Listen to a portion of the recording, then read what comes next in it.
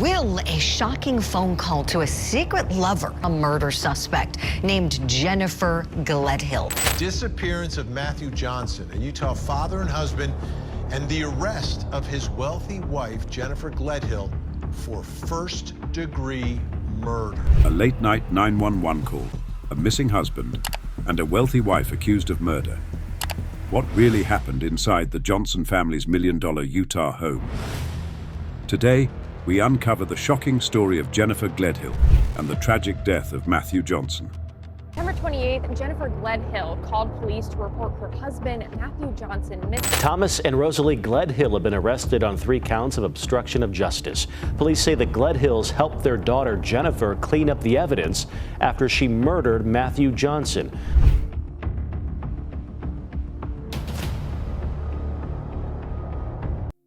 The call came in at 11:47 p.m. on September 28th.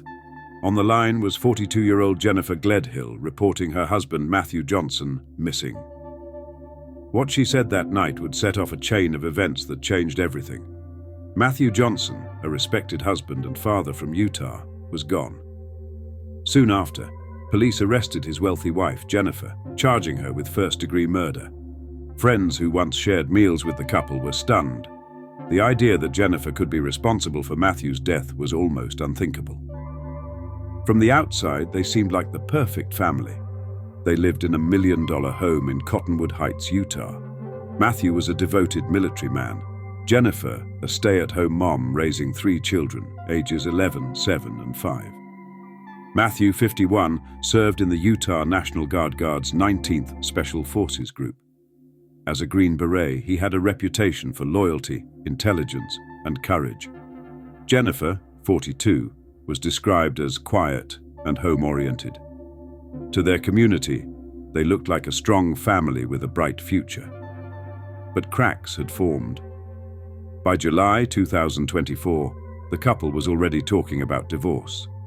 In August, Jennifer filed for a protective order, claiming she needed protection from her husband.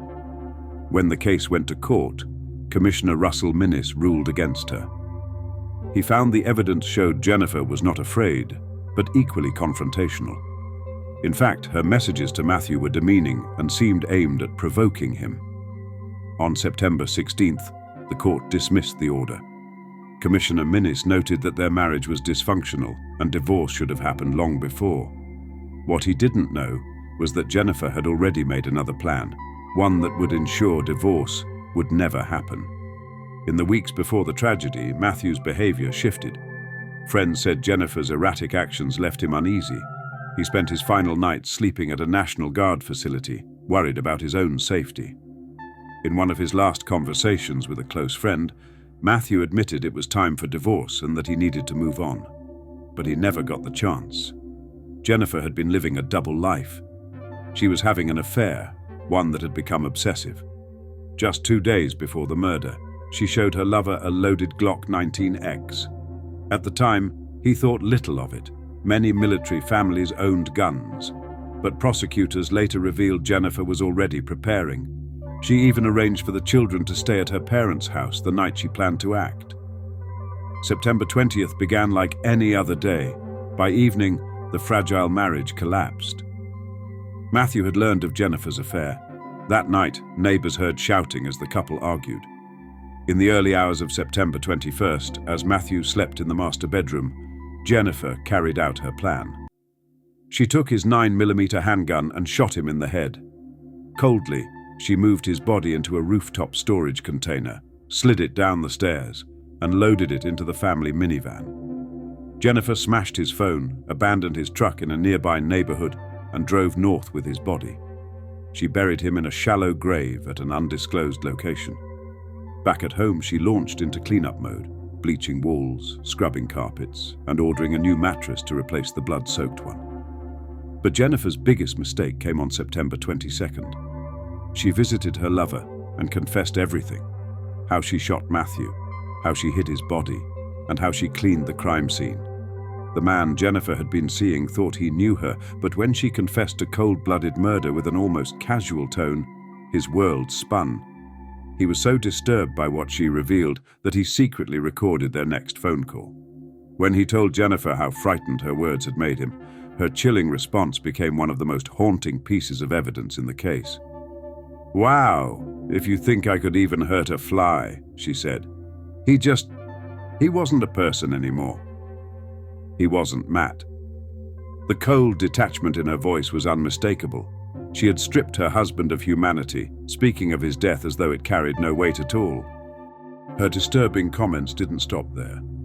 When her lover asked if she'd be afraid if the roles were reversed, Jennifer's answer was just as unsettling. "Not if I deserved it," she replied. She compared herself to the Queen of Hearts, saying, "Off with their heads," and claimed she could improve the country by killing off those she considered scum. Jennifer even asked her lover not to think of her as a monster, reminding him of who she was before the confession. The irony was stark. She was seeking compassion after admitting to murdering the father of her children. What made the exchange even more damning was its timing. This conversation took place before Matthew was ever reported missing.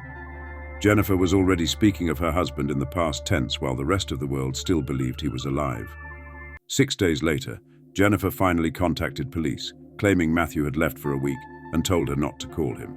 Meanwhile, the Utah National Guard had already noticed something was wrong. Unbeknownst to Jennifer, her lover had been collecting evidence against her. He took screenshots of their text conversations and recorded their calls. On October 2nd, 2024, he went to police, providing investigators with the information that would break the case wide open. Stains marked the walls, blinds, and furniture. Investigators also discovered the mattress was brand new. Records showed Jennifer had ordered it just days after Matthew's death. GPS data from Jennifer's phone placed her at the location where Matthew's truck was abandoned and later tracked her north toward Davis County, the very area where she admitted to burying his body. Armed with the recordings, text messages, and forensic evidence, police arrested Jennifer Gledhill on October 2nd, charging her with first-degree murder and obstruction of justice. But the case didn't stop there. Investigators also discovered her parents, Thomas and Rosalie Gledhill, had spent over 5 hours at Jennifer's house during the cleanup, despite claiming they were there for less than an hour to collect clothing. On October 24th, they too were arrested, each facing 4 counts of obstruction of justice. Investigators soon uncovered evidence tying Jennifer's parents to the cover-up. Rosalie had purchased the new mattress and even had her phone remotely reset, erasing all data from the crucial cleanup period. When questioned about the master bedroom, Thomas slipped, saying, "I did not go in where the incident happened." His words inadvertently confirmed that he knew a crime had taken place inside the house. During a search of the home, police discovered a Glock 19X gun box hidden inside a plastic tote near Jennifer's bedroom. What was meant to be the perfect crime was crumbling fast under the weight of evidence and lies.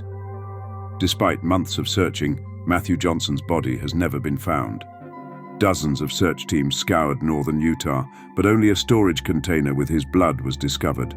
It was damning evidence against Jennifer, but the hunt for Matthew continues.